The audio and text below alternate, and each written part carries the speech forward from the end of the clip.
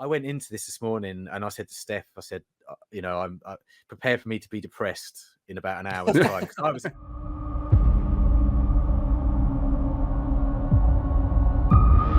Jedi are being hunted. I sense this is only a small part of a larger plan. What are you? This is the clue we need to unravel the mystery of the Sith.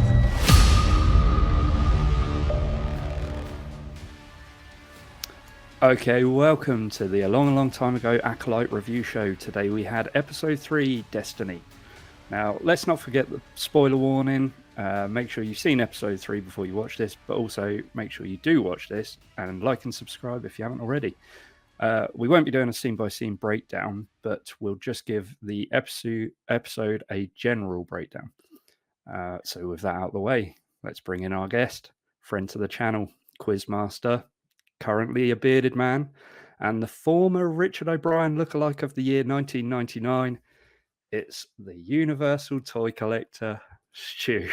Oh, How's it what going, an Stu? intro, guys. What an intro. That was Thank you. classic. Yeah, cheers. That was cool, man. Awesome stuff. Right. Before we get to our episode 3 breakdown, we need to find out your thoughts on episode 1 and 2. How did you enjoy those two episodes? It's the same, isn't it? With every Star Wars or new Star Wars series that comes out, you always have this air of anticipation, expectation, all that sort of stuff. And I had no expectations this time around. You know, we've been burnt before with Book of Boba Fett. I was so excited about that. You know, when we saw the end of Mandalorian season 2, and that was a bit of a damn squid in my opinion. What else was there? The Obi-Wan Kenobi again. No, Obi-Wan Kenobi. Obi-Wan Kenobi. Obi-Wan Kenobi. Oh, gosh. Yeah. He'd love his own show, Plug. wouldn't he? Yeah. Again, that wasn't the greatest. So I didn't come into this with any expectations at all. So I only watched it Saturday, just gone. Yeah. So I tried to stay away from all the social media hoo-ha about it and people's reviews. Since I've seen it, I have seen your review. I've got to say, first impressions, it very much looked like a Star Wars. Well, didn't it? The opening scene did. With I just thought that looked pretty cool. Then you went back to Coruscant, which I thought was great, and I know you were wanting that, Martyn, weren't you? So that was pretty cool. The sounds were there with all the different sound effects and stuff like that. Again, sounded like Star Wars. The music, in certain aspects, very much agreeing with you, like episode 2, Attack of the Clones. But yeah, that's about as far as it went with the positives, really. Okay. So you had the storyline, which is pretty much what we've seen in Attack of the Clones, where the Jedi go on this investigation. So it's not like a new storyline. We've seen something like that before, haven't we, in Attack of the Clones? The lightsaber scene, the fight at the beginning, a lightsaber won't kill you, but like a little knife to the chest will.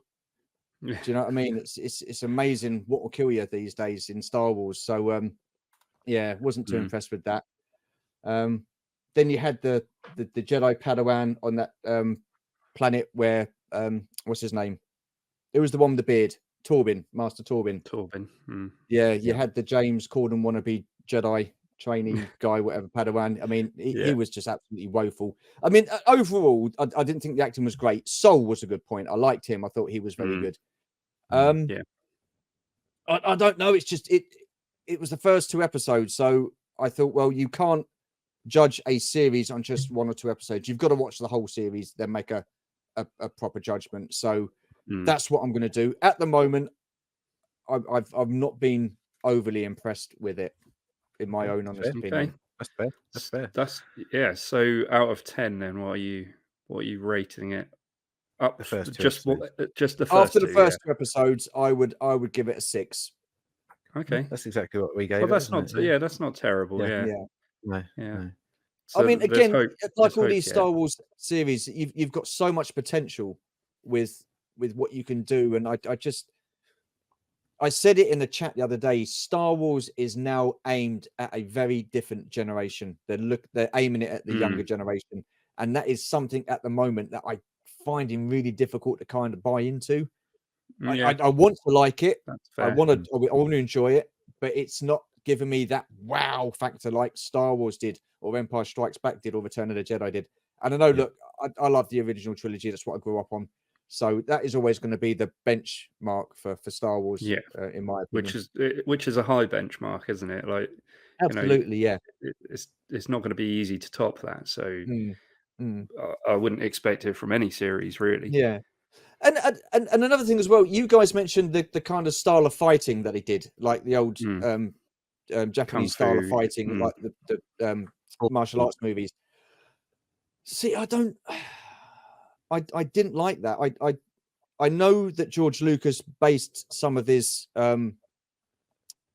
stuff on Star Wars and the samurai and stuff like that. I get that on that kind of culture, but we've never seen Jedi fight like that in any of the movies or the TV series so far. So why throw it in now? I don't understand why they've done that. Yeah, were you going to say something, Martin? Or yeah, I mean, I see where Stu's coming from with the fighting. I genuinely do. I mean, when I first saw it, I thought, am I watching Star Wars or am I watching The Matrix?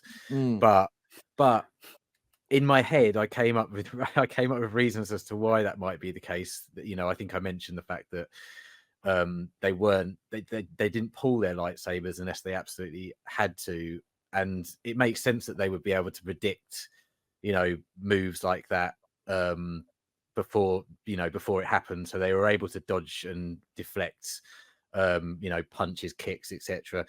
And then it occurred to me as well that perhaps if someone's attacking them like May was, and she didn't have a weapon herself, then they wouldn't pull their lightsaber, would they? They would do everything in their power to not use their lightsaber. Well, so, okay, yeah. We can't really ever count the original trilogy because there was no real Jedi in that. It was kind of, there was no Jedi in their prime in that. But in the prequel trilogy, you never had a situation, except for perhaps when Obi-Wan fought Jango on Kamino, where you saw hand-to-hand combat with the Jedi. Because whenever they were fighting, they were either being attacked by someone else with a lightsaber or someone with a blaster. So, of course, if May had attacked her with a blaster, then I would expect that lightsaber would have come out instantaneously. But that's not to try and say you should like it. Look, I can see that logic. I can see that. Yeah. Right, but we need to get on to episode 3 anyway. That's the reason we're here, isn't it? So, first thoughts on that. Then we jumped straight into the planet Brendok, which is the first time we've seen that, I believe, and we find out essentially what happens, why the Jedi have all this guilt. But we will get to that bit. But initial thoughts on this episode, then, Stu. I wasn't overly impressed, if I'm honest. It was probably the weakest of the 3 episodes so far. Just a lot of things didn't make sense, especially the end bit with the fire. I mean, it started off in that room, and it's basically a mountain with concrete, and concrete doesn't catch fire, does it? And I mean, there wasn't that much gas in that lamp, was there? So it wouldn't have caused that much damage fire-wise. I don't know what happened with the main reactor thing that they had there. I mean, you didn't see her do anything to it. Not that I was aware of. So obviously she's tampered with that, or was that just set off with the fire from the candle? I don't know. Yeah, I'm not sure on that. I will go to my thoughts because I think I agree with you. It's definitely, of the 3, it is the weakest episode so far. It's trying to set up a story, I think, but it's also told us a story that we were expecting from the first 2 episodes to hear about towards the end of the series, maybe. Did we need to see that? A bit more mystery. Did we need to see that? Did we need to see how it happened? Because we've been told about it the last 2. We heard that there was a fire. We heard that the sister caused the fire and that everybody died and stuff like that. And, they thought that May had died as well. And May thought that, what's her name? Osha had died. So, we know that. Did we need to go back and see that? Was that necessary? I think so. Yeah. Can I jump in? I think go for it. basically that episode is basically, and we all know in Star Wars, it's your own point of view, as Obi-Wan says, and this is what's happened from Osha's point of view, and I'm very, very confident that down the line we're going to see the same story or the same scenes of that last 5-10 minutes from May's point of view, and possibly even the Jedi's point of view.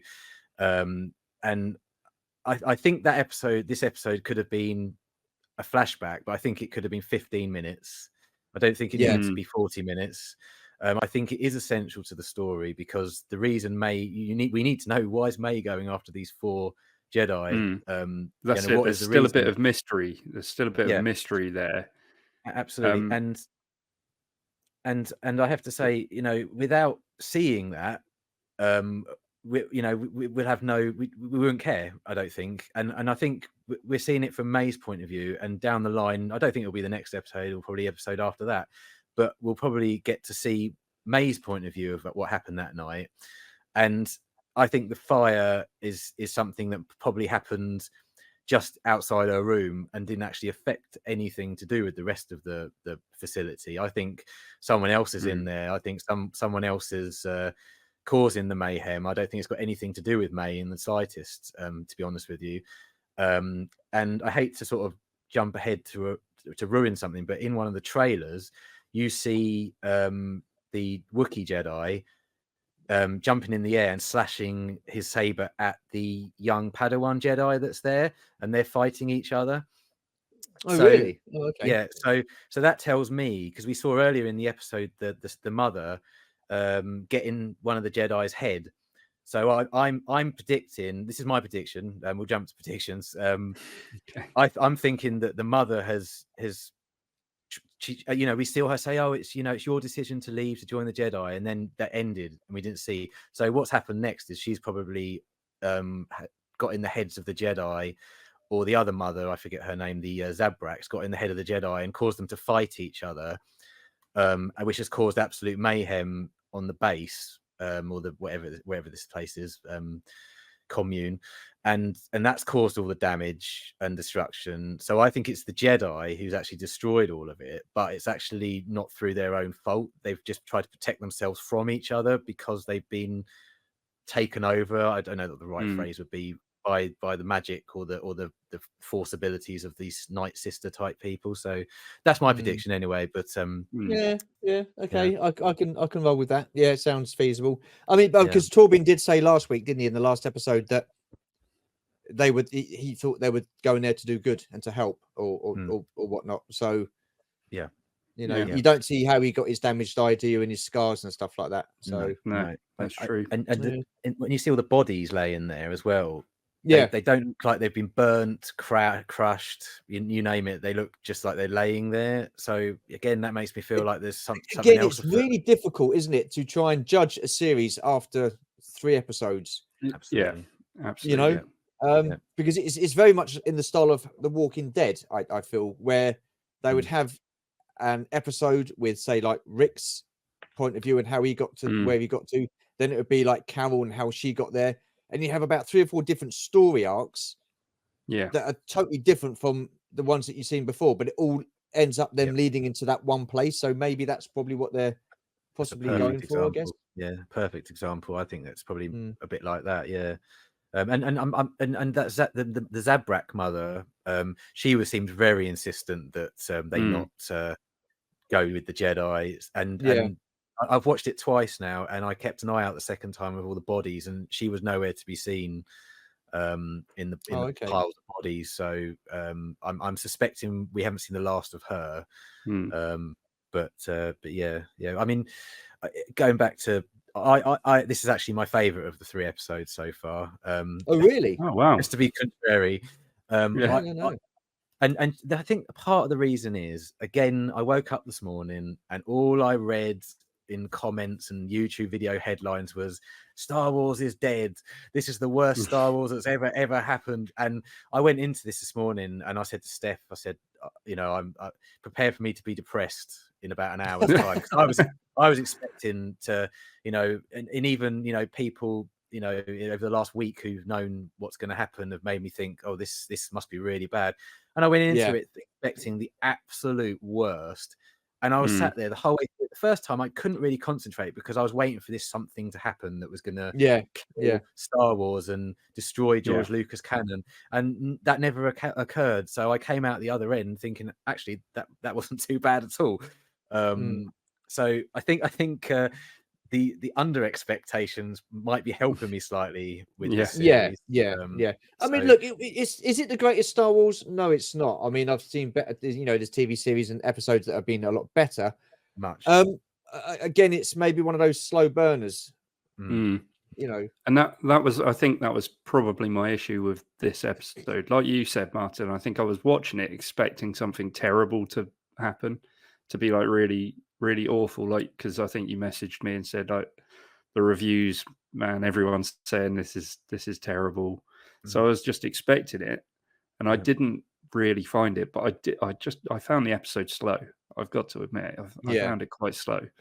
It was only really up until until the Jedi arrived in the last 5-10 minutes that I felt like anything really sort of kicked into gear.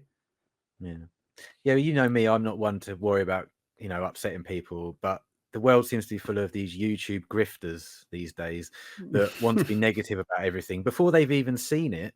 And they're already telling you why it's terrible, but then they watch it and say they actually didn't think it was as bad as they've been reporting. They can't then turn around and say, actually, it wasn't as bad. So I just find that sort of thing absolutely, shocking. I mean, why would you say something's going to be awful when you haven't even seen it yet? And I mean, I have read those comments, and I know people don't like it, and that's fair enough. It's all about opinions, isn't it? At the end of course it is. Yeah. But you're entitled to your opinion, but I don't hate it. Like I say, did I like it? Well, it wasn't the greatest episode, was it? That's just my opinion. But I mean, listen, it could all make sense in a few weeks' time. Like if it goes how you predicted, Martin, then there's every possibility that you can watch it again and understand it all. It's like I think you made the comment the other week as well, where when you watch it back to back, the story makes sense. But at the moment, because it's on a weekly basis, it's very difficult to try and get that story and gel it all together, isn't it? I guess that's the problem with these Disney Plus series. It's the biggest weakness is the fact that they film the story like it's a movie. So you have to watch it continuously. And it was the same with Ahsoka and Obi-Wan. Again, I wasn't a huge fan of Obi-Wan. I felt it was a real disappointment. Ahsoka, I liked a bit more, but there were still parts of it that, we've talked about before were terrible. But I rewatched both of them, and I watched them one after the other. And they actually flowed so much better than they did when I was watching them weekly. So I think Disney Plus really need to either actually make them in such a way that they're weekly episodes, so that there's a storyline for that week's episode that leads on to the next week, rather than making it a continuous story that just stops. Because that's another thing. As well, I mean, you could stop and not watch them at all and wait for all the episodes to come out and then watch them back to back. But then you're going to get spoilers. It's going to be so difficult to try and keep away from any kind of spoiler in this day and age, isn't it? So and just to go back to what you said, Stu, of course, everybody's opinion is going to be different, and that's absolutely fine. And I there's people that love stuff that I hate. There's things that I love that other people hate. But it's the people online that create these videos and things about how much they hate stuff. I think it's just negative, and I can't stand it, and it drives me around the bend. I mean, it's not something we ever talked about before on here, but it's. No, you can't knock something if you haven't seen it. So there's no point, like saying, "Oh, this is rubbish" and blah blah blah. If you've not even seen it, I mean, that's just there's no point in that. But I think if you generally don't like something and you've got a reason as to why. That you don't like it, and explain it instead of saying, "Oh, this was just a load of rubbish." But that's it. You don't say anything else. But why? 100%.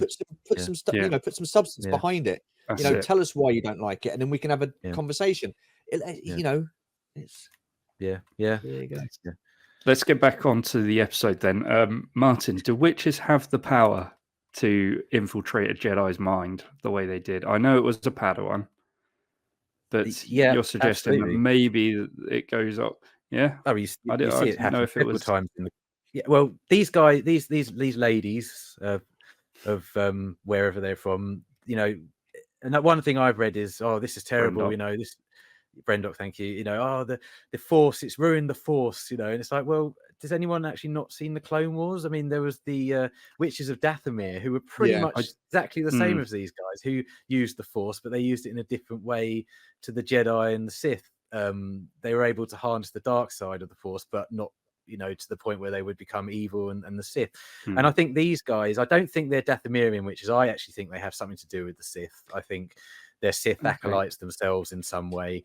And, I assumed Mother Coral, the Zabrak. I assumed she was Dathomir from Dathomir. Well, the female Zabraks from Dathomir don't have horns, but there's another planet where Zabraks come from. Iridonia, Indaria, Iridonia, I think it is. Someone will correct me in the comments. But where the Zabrak females do have horns, because if you remember in the prequel trilogy, a couple of the Jedi Council members are female Zabraks. So yeah, getting back to yes, they can do that. I'm sure in a couple of the Clone Wars episodes you saw the Dathomirian witches get into the bodies of other people. So yeah, I don't think that's not a thing. You know, so yeah, sorry. No, that's good. Yeah, no, that's good. Answers it. I suppose the next questions are like, why do the Jedi feel guilt about that? You know, to the point where Torvin took his own life. After, I mean, like Martyn said, we possibly only seen one point or one part of it, and there is a lot more to it, but it feels like they shouldn't be guilty at this point. You know, the Jedi went there and they probably got some kind of guilt that everybody ended up dead there. Yeah, do you know what I mean? You know, they've not gone there for that reason. They've gone there because there was two children that had the ability of the Force, which, you know, like they said, you know, the Republic, you know, have the right to take these and train them and stuff like that and test them. I guess they couldn't have seen what was going to happen after that. You know, one of the girls didn't want to go, so she was quite happy to stay. That was May, wasn't it? And then Osha, she wanted to go, and then they couldn't have seen the conflict that was going to happen after that. You know, and the trouble it was going to cause. So maybe they feel guilty for that, because if they hadn't turned up, then none of that would have happened. I'm certain the Jedi caused the whole thing because of one of the sisters. I'm convinced that's what's happened. And of course, after the Jedi went back to being normal, of course they'd feel absolute guilt, because if they hadn't have gone there, as Stu said, none of that would have happened. So so yeah. But I mean, did they just affect one of the Jedis, or was it all of them? Because Sol didn't seem to feel too guilty in the first couple of episodes. Neither did is it Andara? Yes, Master Indara, yeah, that's right. And God knows how Kilnaka feels. We don't know. Don't know how we don't speak. Well, we saw him, didn't we, in the end of the last episode, where he left the Jedi Order and just become a hermit. Into exile. So he just put himself into exile. Well, that's probably his way of dealing with it then. Yeah, exactly. Yeah, it's going to be interesting though. I am intrigued. Yeah, exactly, absolutely same. Now the twins, how do we think they were created? Because now I'll take this one first, if you don't mind. This is the one point in the episode where I'm a bit like, because you know me, anybody that messes with the story of the Chosen One and that story through episode 1 to 6, you know, it's why I hate the sequels more than anything, is because they just ruined that story.